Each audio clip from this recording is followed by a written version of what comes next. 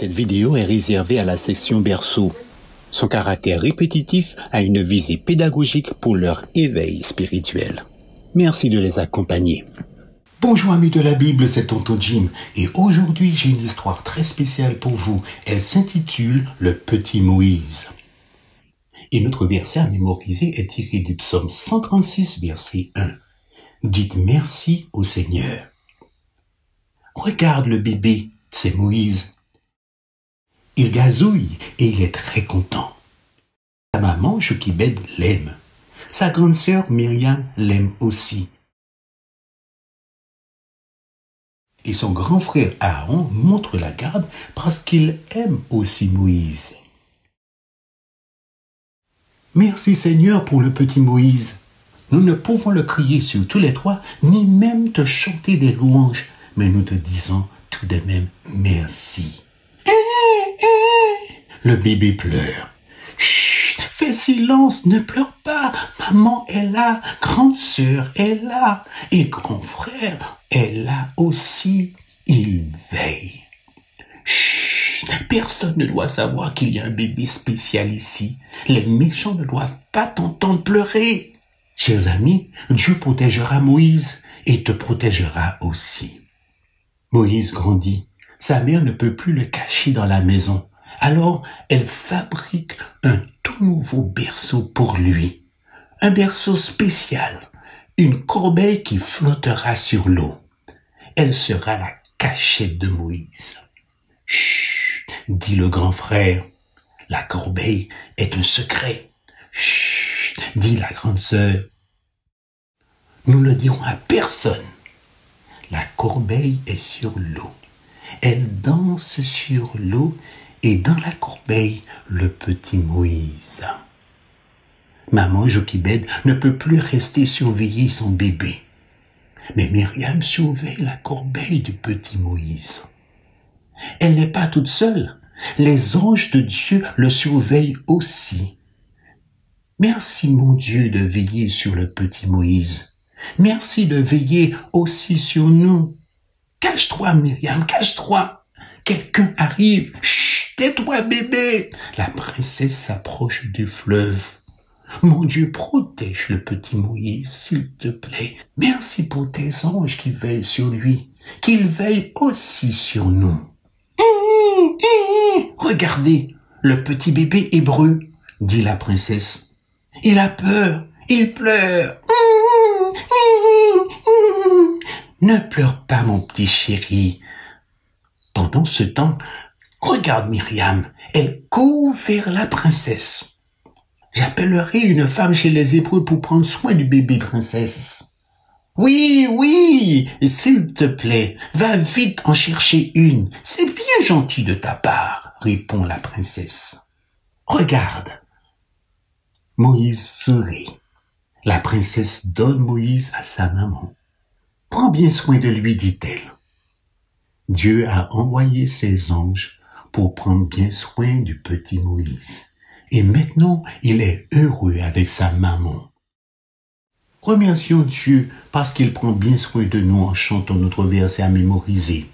Dites merci au Seigneur, dites merci au Seigneur, dites merci au Seigneur, dites merci au Seigneur. Prions. Tendre Père Céleste, je te remercie d'avoir pris soin du petit Moïse. Je t'aime, Seigneur. Tu prends aussi bien soin de moi. Je te louerai toujours au nom de Jésus. Rappelle-toi, Dieu est toujours avec toi. Alors tu peux toujours le louer avec un cœur reconnaissant. Au revoir.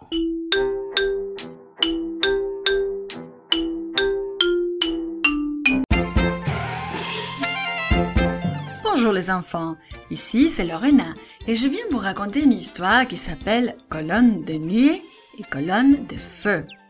Notre verset à mémoriser aujourd'hui nous dit « Voici, je suis avec toi et je te garderai partout où tu iras. » Et il se trouve dans la Genèse, le chapitre 28 et le verset 15.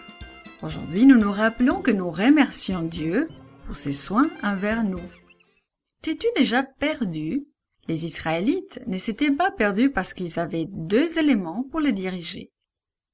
De nombreuses années s'étaient écoulées depuis que la fille de Pharaon avait trouvé Moïse dans la corbeille au bord du fleuve. Pendant les années où Moïse vécut chez sa vraie famille, ses parents lui enseignèrent à connaître et à aimer Dieu. Vers l'âge de 12 ans, il alla vivre chez sa mère adoptive, la fille de Pharaon, au palais royal. Moïse avait été élevé dans leur sagesse, et Dieu l'avait choisi pour conduire les Israélites hors d'Égypte vers un pays meilleur. Lorsque les Israélites quittèrent l'Égypte, ils traversèrent la mer Rouge. À quoi ressemble le désert? Eh bien, il fait chaud, c'est très sec et plein de sable. C'est très chaud le jour et très froid la nuit. Il y a des animaux sauvages, et même Moïse n'était pas certain de la direction à prendre. Heureusement, Dieu avait un plan spécial pour leur sécurité et pour qu'ils ne s'égarent pas. Dieu les conduisait de façon merveilleuse. Pendant le jour, les Israélites voyaient au-dessus d'eux un énorme nuage qui s'élevait comme une colonne dans le ciel. Le nuage avançait lentement, et ils le suivaient car c'était Dieu qui les conduisait. Mais le nuage faisait davantage que leur montrer où aller. Pendant le jour, il leur procurait une ombre rafraîchissante et les protégeait des ardents rayons du soleil. La nuit, alors qu'il faisait froid et noir, un nuage n'était pas l'idéal. Les Israélites avaient plutôt besoin de lumière et de chaleur. Alors, l'énorme colonne de nuée se transformait en une colonne de feu. Le feu donnait de la lumière et de la chaleur pendant la nuit. Cette colonne repoussait les animaux sauvages qui, autrement, auraient pu leur faire du mal.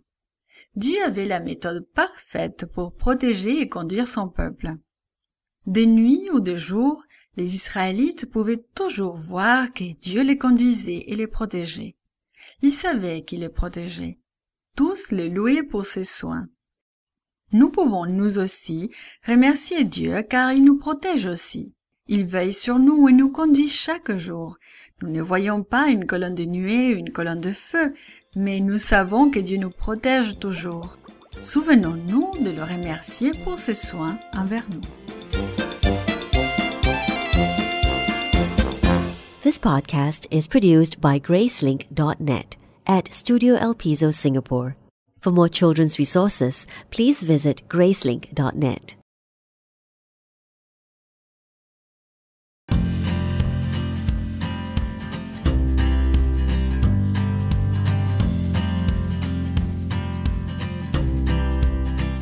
Bonjour, c'est Virginie. La leçon d'aujourd'hui a pour titre « Sauver ».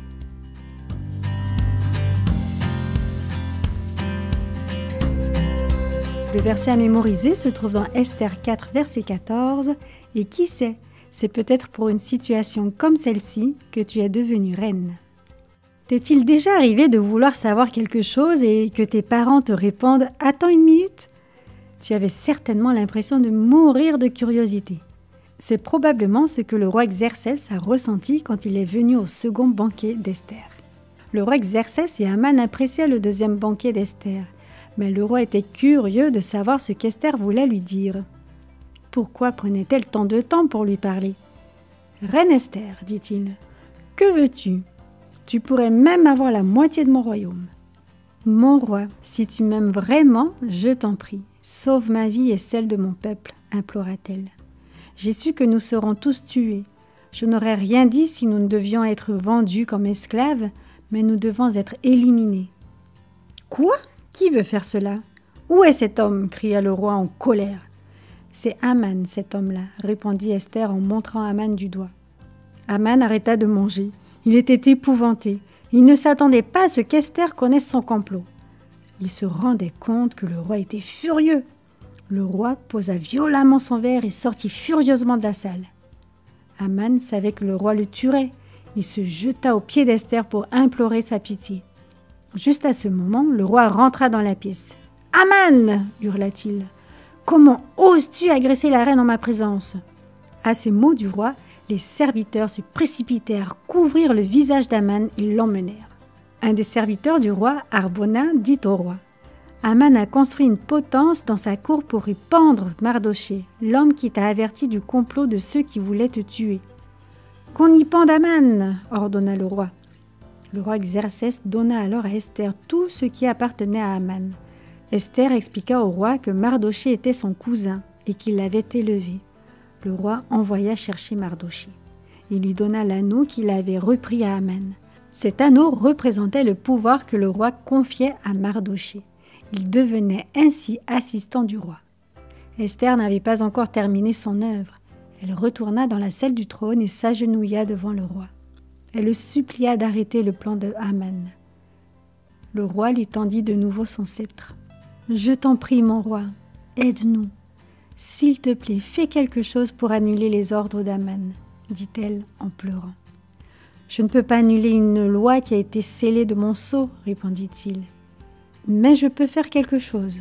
Que Mardochée dise à mes secrétaires ce qu'ils devront écrire, et je scellerai les ordres de mon sceau. » Mardochée dicta ce que les secrétaires devaient écrire. Les Juifs pouvaient combattre contre tous ceux qui voudraient les tuer, et même prendre leurs biens. Les lettres furent bientôt prêtes et scellées du sceau du roi. Des messagers spéciaux du roi allèrent les distribuer dans tout le pays. Les Juifs de Suse crièrent de joie quand ils entendirent le nouveau décret. Partout le peuple juif fête sa délivrance. Toute personne devint juive. Depuis ce moment, les Juifs célèbrent la fête des Pourim pendant 2 jours chaque année. Ils se souviennent comment Esther et Mardochée servirent Dieu et aidèrent à sauver son peuple de la mort.